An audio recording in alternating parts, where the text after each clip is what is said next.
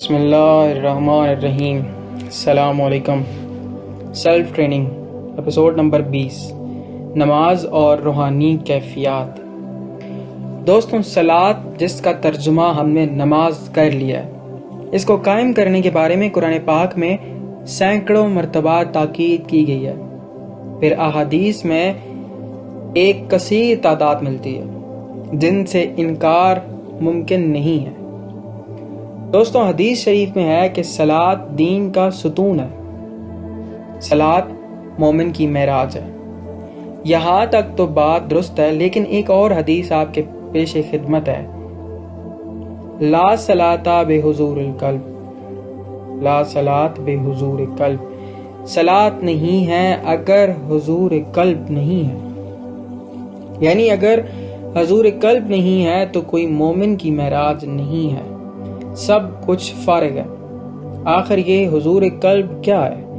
حضور قلب ہے خشوع و خشوع، یعنی کنسنٹریشن، یکسوئی، ارتکاز، کنسنٹریشن۔ دوستوں، اب سب اپنی پڑھی جانے والی نمازوں پر غور کریں۔ نیت باندھی، زبان پٹر پٹر چل پڑی، جسم مخصوص حرکات بدل رہا ہے، ذہن سارے علاقے کی سیر کر رہا ہے اور مسائل حل کر رہا ہے اور جھگڑے کر رہا ہے، اور آخر میں جب سلام پھیرا جاتا ہے تو نفس کہتا ہے چلو جان چھوٹی، اور بندہ بھاگنے کی کرتا ہے۔ کیا یہی نماز دین کا ستون ہے اور مومن کی معراج ہے؟ دوستوں، جہاں نماز کی بار بار تاکید کی گئی ہے، وہاں نماز کے پروٹوکول بھی بتائے گئے ہیں، آداب و مقدمات کی بات ہوئی ہے۔ مقدمات اگر درست نہ ہوں تو نماز نہیں ہوتی۔ مثلاً رزق حلال، غصبی زمین پر نماز نہیں ہوتی، غصبی پانی سے وضو نہیں ہوتا، غلیظ سڑکوں چوراہوں پر نماز نہیں ہوتی، کیونکہ وہاں پر یکسوئی کیا ہوگی؟ دکھاوے کی نماز نہیں ہوتی۔ اور سب سے بڑھ کر تمام فقہ کا مشترکہ فیصلہ ہے کہ اگر پیش نماز کی نماز قبول ہوگی تو پیچھے تمام جماعت کی نماز قبول ہوگی، چاہے پیچھے کتنے گناہگار کھڑے ہوں، اور اگر پیش نماز کی نماز قبول نہیں تو پھر ساری جماعت بھی فارغ ہے، چاہے کتنے نیک اور پرہیزگار لوگ جماعت میں شامل ہوں۔ اس کے بعد پیش نماز ہونے کی بھی 9 شرائط فقہ نے بتا رکھی ہیں۔ دوستوں، اگر سب مقدمات پروٹوکول کا لحاظ بھی رکھا جائے تو بھی حضور قلب قائم کرنے کے لیے کچھ پریکٹس کی ضرورت ہے تاکہ صحیح روحانی کیفیات کا حصول ممکن بن سکے۔ اس کے لیے درج ذیل چیزوں کو اپنایا جائے۔ نماز کے دوران تلاوت اور تسبیحات پڑھتے وقت ان کے معنی یا مفہوم بھی ذہن میں ہونا چاہیے۔ یہ لفظ معنی تھا، منفی نہیں تھا۔ فرد نماز کے دوران تلاوت اور تسبیحات کرتے وقت آواز اتنی اونچی ہو کہ آپ کے کانوں تک آواز آنی چاہیے۔ نماز کے دوران جو حیت ہوتی ہے قیام، رکوع، سجود، قنوت کی، وہ درست ہو۔ قیام میں کمر گردن سیدھی، آنکھیں جھکی ہوئی، رکوع کی حالت میں گھٹنوں اور کوہنیوں میں خم نہ ہو، کمر کا اینگل جھکا ہوا سٹریٹ ہو، گردن نیچے لٹکی ہوئی نہ ہو بلکہ کمر کی سیدھ میں اٹھی ہوئی برابر ہو۔ سجدے میں پیشانی، گھٹنے پر ہاتھ اور پاؤں کے 2 انگوٹھے زمین پر ٹکے ہوئے ہوں، اور کمر اس طرح ہو کہ پانی کا قطرہ اگر اوپر ہو تو ٹھہر جائے۔ سجدے سے اٹھ کر جب بیٹھتے ہیں تو زبانوں کی حالت میں بھی کمر اور گردن سیدھی ہو مگر اکڑ نہ ہو۔ نیز سجدہ ہمیشہ کچی زمین پر پاک مٹی پر کریں، کیونکہ قالین کارپٹ میں پتہ نہیں کیا اجزاء شامل ہوتے ہیں۔ نیز مٹی پر سجدہ افضل ہے۔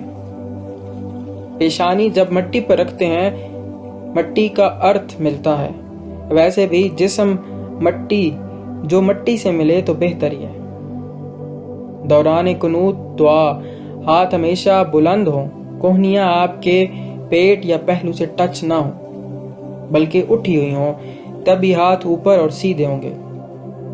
دوران نماز یہ خیال ہو کہ آپ پاک بارگاہ میں موجود ہیں اور کسی کریم عظیم ذات کے سامنے موجود ہیں، اس لیے دھیان وہیں موجود ہو۔ آپ خود سوچیں کہ اگر کوئی آپ سے بات کر رہا ہو اور منہ اس نے دوسری طرف کر رکھا ہو تو آپ کو کتنا برا لگے گا۔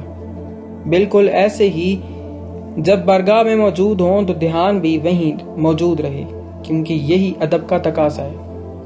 نماز میں تلاوت آہستہ آہستہ سمجھ کر کریں، بھاگنے والی جلدی والی نماز ادا نہ کریں۔